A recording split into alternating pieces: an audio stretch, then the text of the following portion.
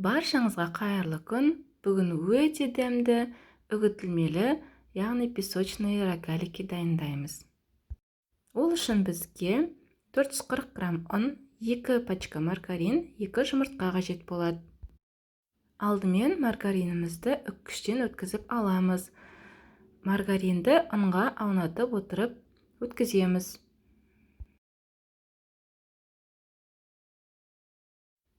Үккіштен өткізіп болған маргаринімізді ұнмен бірге араластырып, 2 жұмыртқамызды қосып, жақсылап қамыр илейміз. Қамырымызды илеп болған соң, жарты сағатқа холодильникке қоя тұрамыз.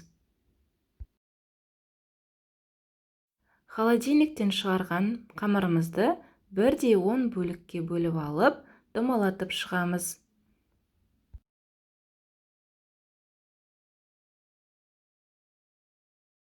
Начинкасына қайнатылған сгущенка қолданамыз. Сгущенканың өте сапалы түрін қолданыңыз. Қазір рогаликидің ішіне салған кезде пісіру барысында ағып кетпейтін болады. Осылай қамырымызды жайып, жұп-жұқа етіп жаямыз. 8 бөлікке бөліп аламыз. Бөліп болған соң, ортасына начинкамызды қасықпен салып шығамыз.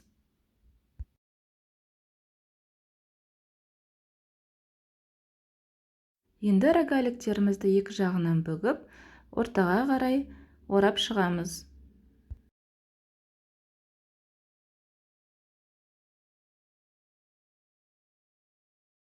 Міне осындай әдемі болып шығады.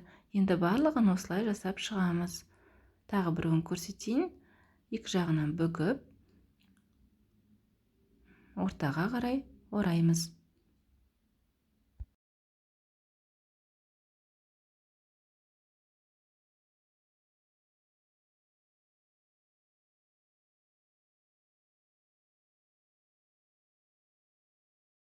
Рогаликтерімізді жайып болғаннан кейін 200 градус қызып тұрған пеште 15-20 минут пісіріп аламыз қызарғанша.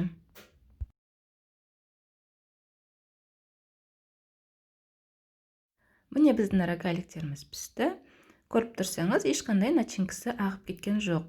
Сол үшін сапалы сгущенка қолданыңыз. Осылай тарелкаға жинап, үстіне сахарный пудра сепсеңіздер болады. Әдемілігі үшін өте әдемі көрінеді. Видеоны соңына дейін көргеніңіз үшін рахмет. Менің каналыма тіркеліп, лайк басып, комментарий қалдыруды ұмытпаңыз.